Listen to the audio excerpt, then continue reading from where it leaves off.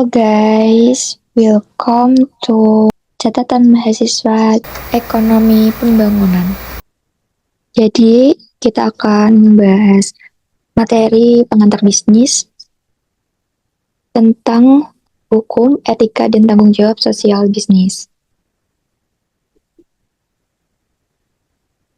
Hak kekayaan intelektual. Nah, hak kekayaan intelektual adalah hak eksekutif yang diberikan negara kepada seseorang atau kelompok atas hasil ciptaannya. Contohnya, karya tulis, musik, logo, inovasi teknologi. Hak kekayaan intelektual ini melindungi agar karya tidak dibajak atau digunakan sembarangan.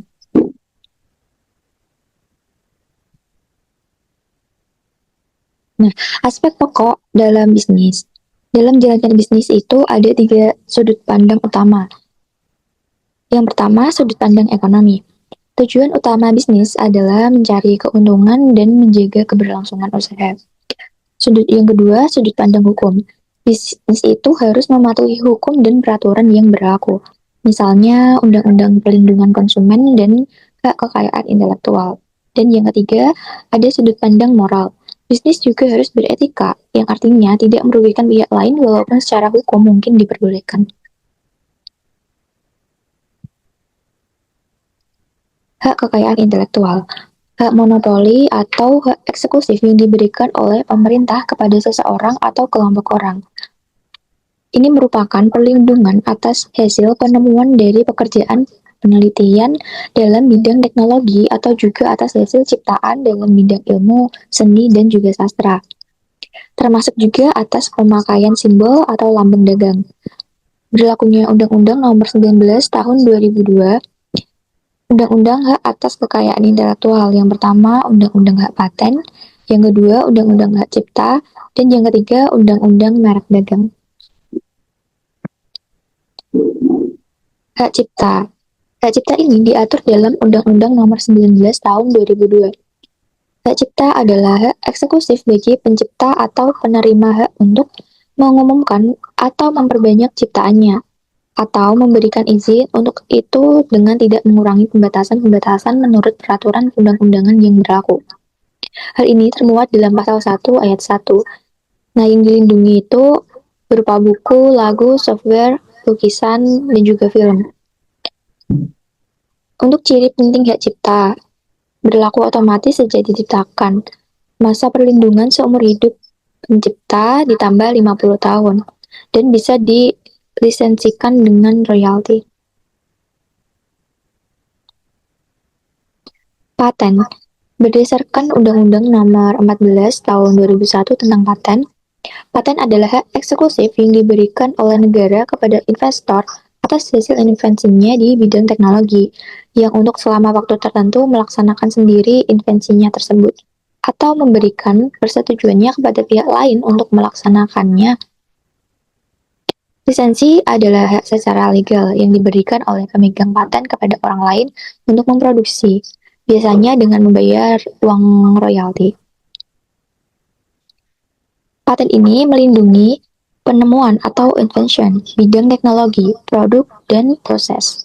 Dasar pemberian hak, kebaruan atau novelty, yaitu belum ada orang lain yang mengetahui dan tidak boleh dipamerkan atau dipublikasikan sebelum didaftarkan di kantor paten. Diutamakan pendaftar terdahulu. Macam dan masa perlindungannya, ada paten sederhana atau utility, yaitu 10 tahun atau tidak diperpanjang. Lalu ada paten biasa, 20 tahun. Itu berupa semua penemuan harus dapat dipakai dalam industri dan bernilai bisnis.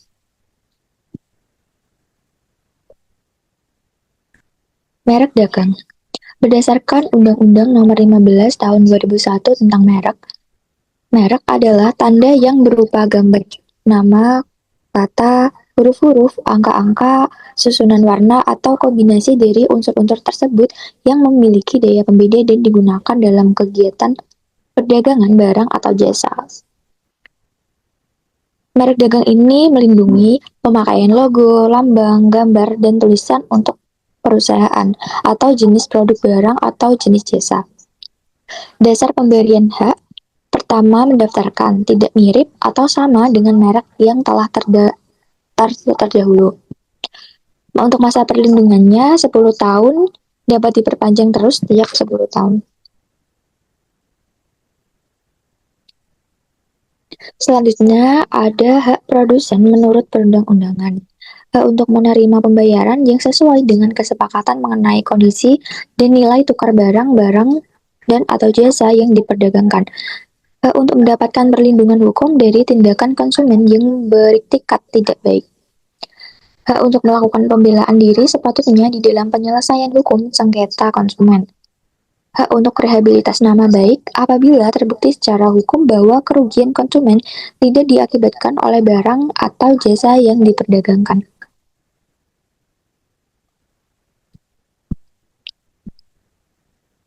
Adapun kewajiban produsen, beretikat baik dalam melakukan kegiatan usahanya, memberikan informasi yang benar, jelas, dan juga jujur mengenai kondisi dan jaminan barang atau jasa, serta memberi penjelasan penggunaan, perbaikan, dan pemeliharaan.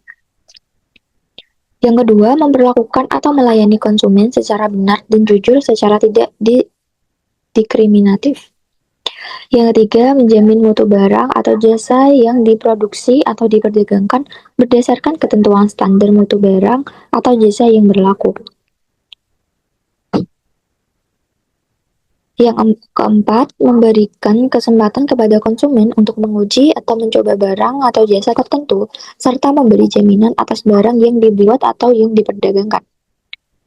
Dan yang kelima, memberi kompensasi, ganti rugi atau penggantian apabila barang atau jasa yang diterima atau dimanfaatkan tidak sesuai dengan perjanjian.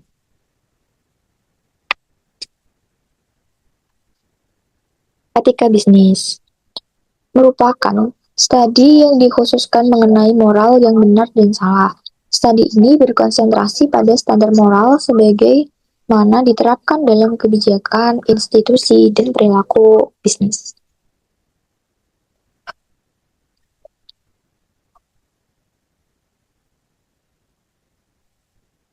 Etika bisnis mencakup hubungan antara perusahaan dengan orang yang menginvestasi uangnya dalam perusahaan dengan konsumen, pegawai, kreditur, dan juga pesaing. Orang yang menanam uang atau investor menginginkan manajemen dapat mengelola perusahaan secara berhasil, sehingga dapat menghasilkan keuntungan bagi mereka. Konsumen juga menginginkan agar perusahaan menghasilkan produk bermutu yang dapat dipercaya dengan harga yang layak. Para karyawan menginginkan agar perusahaan mampu membayar balas jasa yang layak bagi kehidupan mereka, memberi kesempatan naik pangkat atau promosi jabatan. Pihak kreditur mengharapkan agar semua hutang perusahaan dapat dibayar tepat pada waktunya dan membuat laporan keuangan yang dapat dipercaya dan dibuat secara teratur. Pihak pesaing mengharapkan agar dalam persaingan dilakukan secara baik, tidak merugikan dan menghancurkan pihak lain. Etika dan tanggung jawab sosial. Corporate Social Responsibility atau CSR adalah bentuk tanggung jawab dari setiap perusahaan terhadap lingkungan, sosial, dan ekonomi masyarakat. Pelanggaran etika akan mengakibatkan masalah citra publik, tuntutan hukum yang mahal, tingginya tingkat pencurian oleh karyawan. Pengambilan keputusan etis dapat menumbuhkan kepesertaan bagi hubungan antara para pelanggan, karyawan, dan perusahaan lain. Adapun tanggung jawab perusahaan ada 5. Yang pertama, tanggung jawab terhadap lingkungan, tanggung jawab terhadap karyawan, tanggung jawab terhadap investor, tanggung jawab terhadap pelanggan, dan tanggung jawab terhadap masyarakat.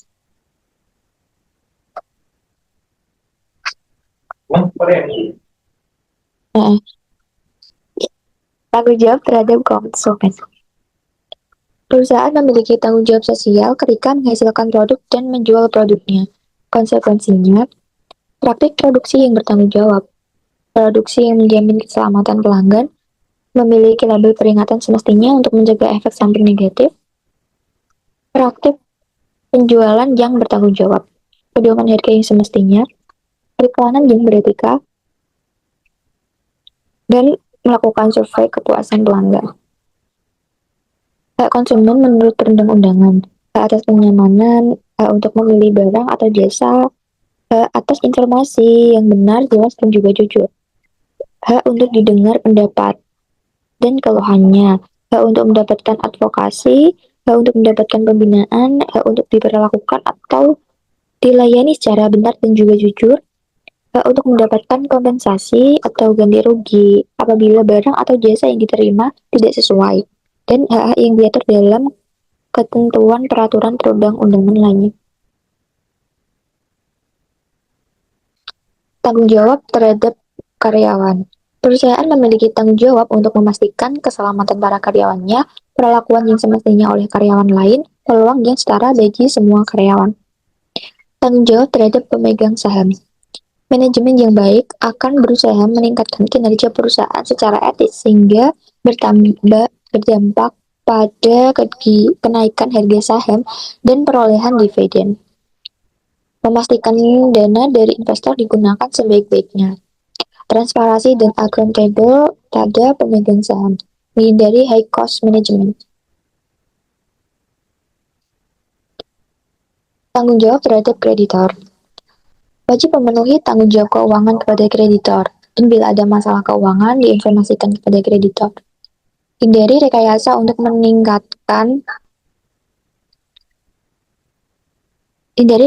meningkatkan limit kredit. Konsekuensi bila prestasi. Tanggung jawab terhadap lingkungan. Meminimalkan dampak polusi, contohnya polusi udara.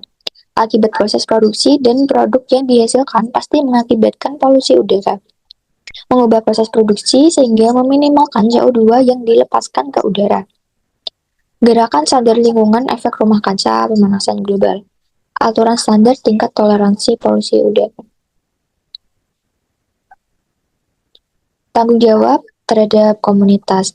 Perusahaan menjadi bagian dari komunitas ketika mendirikan bisnisnya di suatu komunitas dan mengandalkan komunitas tersebut sebagai konsumen dan karyawannya. Perusahaan dituntut mempunyai kepekaan sosial terhadap komunitasnya, turut meningkatkan kualitas sosial komunitasnya, dan mendirikan prasarana pendukung bagi komunitasnya. Sekian penjelasan materi mengenai etika dalam berbisnis. Semoga dapat dipahami. Jangan lupa like, subscribe, and komennya. Thank you semuanya.